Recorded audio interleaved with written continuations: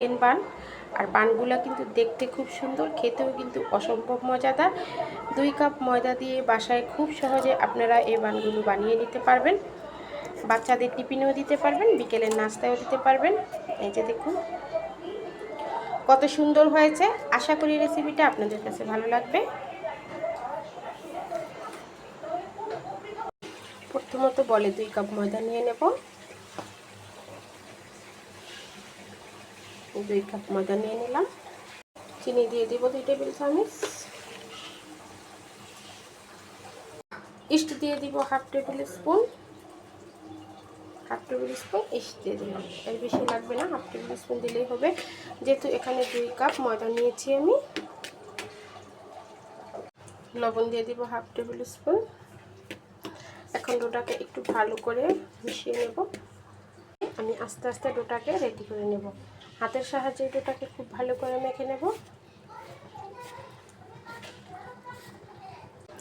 এখন এখানে 2 টেবিল চামচ রেগুলার যে সয়াবিন তেল সেটা দিয়ে দিলাম। দিয়ে ডোটাকে খুব ভালো করে একটু মথে নিতে হবে।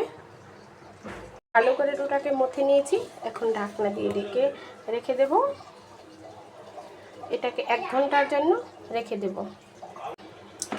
1 ঘন্টা পরে দেখুন ডোটা কতটা ফুলে ডাবল হয়ে গিয়েছে। এখন এটাকে মথে নেব। মথে ভিতরের যে বাতাসটা আছে সেটাকে বের করে দেব।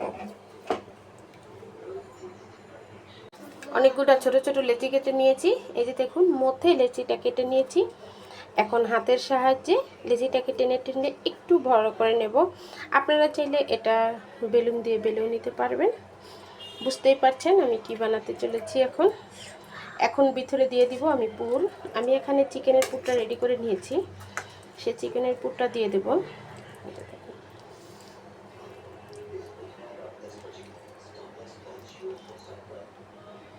দিয়ে এখন মুখটাকে খুব ভালো করে আটকে দেব।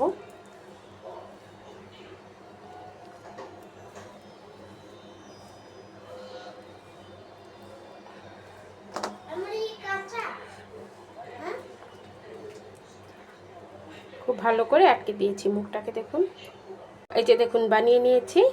আর এখন আমি একটা প্লেট নিয়েছি, স্টিলের প্লেট। প্লেটের ভিতরে তেল ব্রাশ করে নিয়েছি।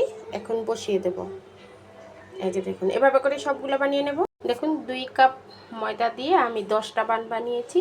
এখানে একটা কেকের মোল্ডে নিয়েছি 5টা, একটা প্লেটে নিয়েছি 5টা, 10টা। এগুলাকে এখন আমি ঢেকে রাখবো। এগুলো 15 মিনিটের জন্য রেস্টে রেখে দেব। দেখুন এগুলো ফুলে ডাবল হয়ে গেছে।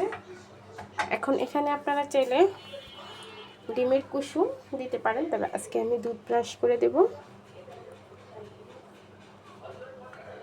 সবগুলোতে দুধ ব্রাশ করে দেব।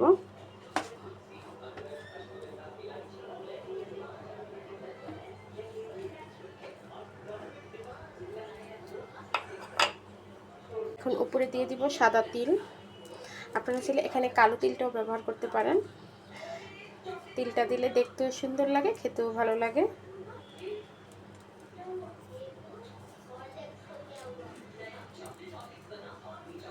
দিয়ে দিলাম, চুলা দিয়ে দিলাম। আমি সিলভারের হাঁড়িতে এটাকে বেক করে নেব। এই দেখুন আমার বানগুলো কিন্তু হয়ে গেছে দেখুন। কিন্তু আমি একটা ভুল করেছিলাম, যেহেতু সিলভারের হাঁড়িতে দিয়ে নিয়েছি, নিচে যদি আমি কাগজ বিছিয়ে দিতাম তাহলে কিন্তু সুন্দর একটা কালার চলে আসতো।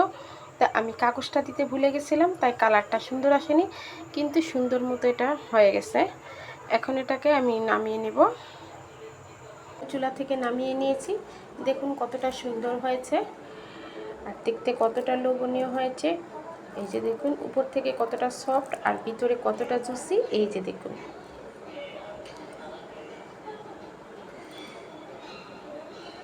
আশা করি আজকের এই রেসিপিটা আপনাদের কাছে ভালো লেগেছে। ভালো লাগলে লাইক, কমেন্ট এবং ভিডিওটা শেয়ার দিতে ভুলবেন না। আজকে এই পর্যন্তই। সবাই ভালো থাকবেন, সুস্থ থাকবেন। আল্লাহ হাফেজ।